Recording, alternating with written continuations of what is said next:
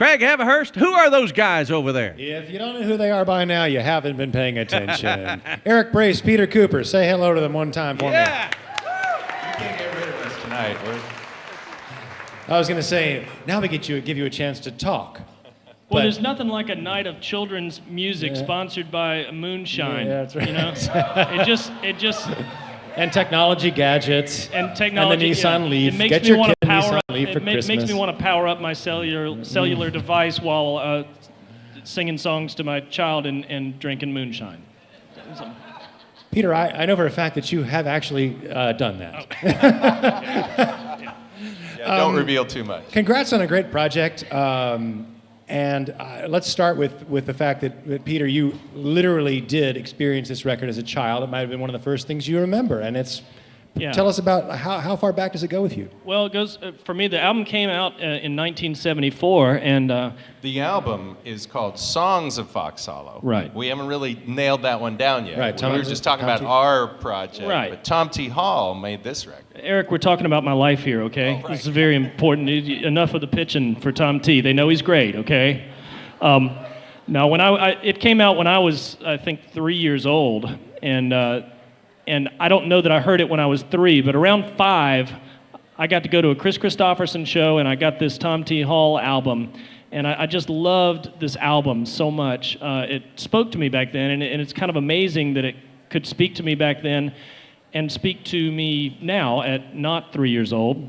And even at the time that there were hit songs off of this record, I Love and I Care were #1 country songs. So you had truck drivers with the handle of Sneaky Snake out there. And so you had generations. The moment the album came out, there were 3 generations of people enjoying it. And I think those must be some pretty good songs.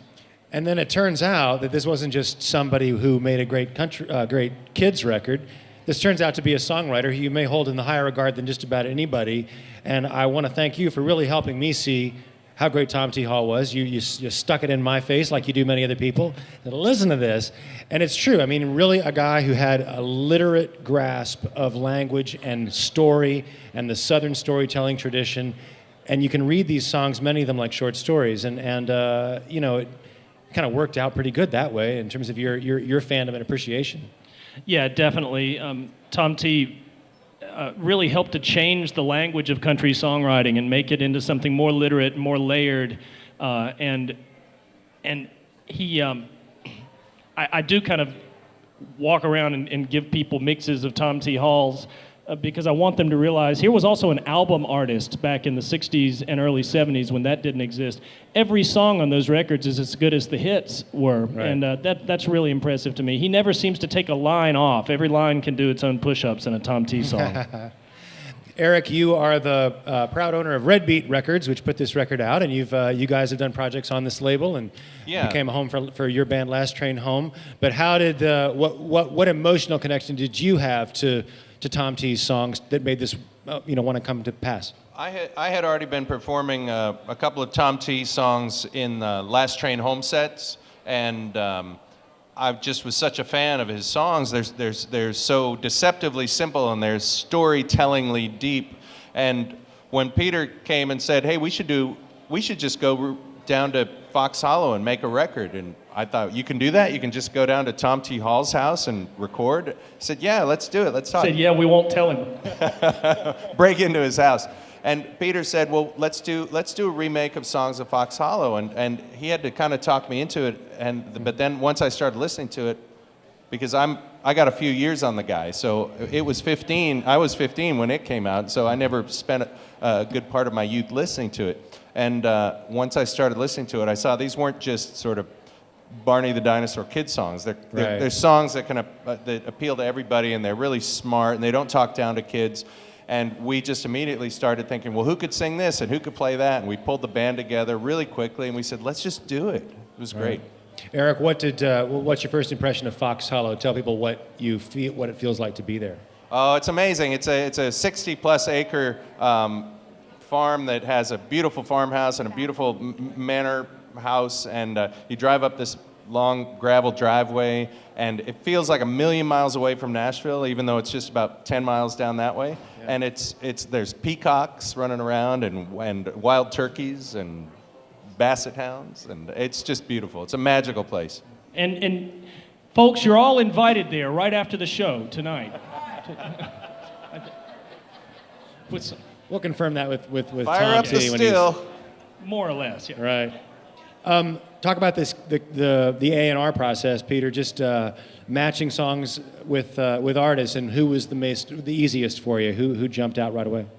The whole album was very easy to cast. Everybody said yes, and we just called people that we knew had a love for Tom T. Hall. That was the first requirement. You know, if I knew that Buddy Miller was out there singing Tom T. songs every night, so that was an easy call to make. We wanted people who would enjoy it, and it took about 10 minutes, I think, to think of those people.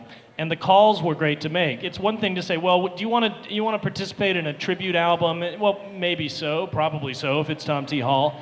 But it's a little different to say, do you want to go down to Tom T.'s house and hang out with him and Dixie, and they'll bring you biscuits, and you can see the picture of Lonesome George the Basset on the wall, and you can see the peacocks, and Tom T's going to sit there and listen to you while you sing. right. And so we got a lot of quick yeses. Nice. And we should wrap up by saying a shout out to Jim Lauderdale, who is not here tonight, but he is on the album. He sings the song. We thought with Jim that he really needed some affirmation, some personal self-affirmation. Yeah. And so we had him sing the song, I Like to Feel Pretty Inside.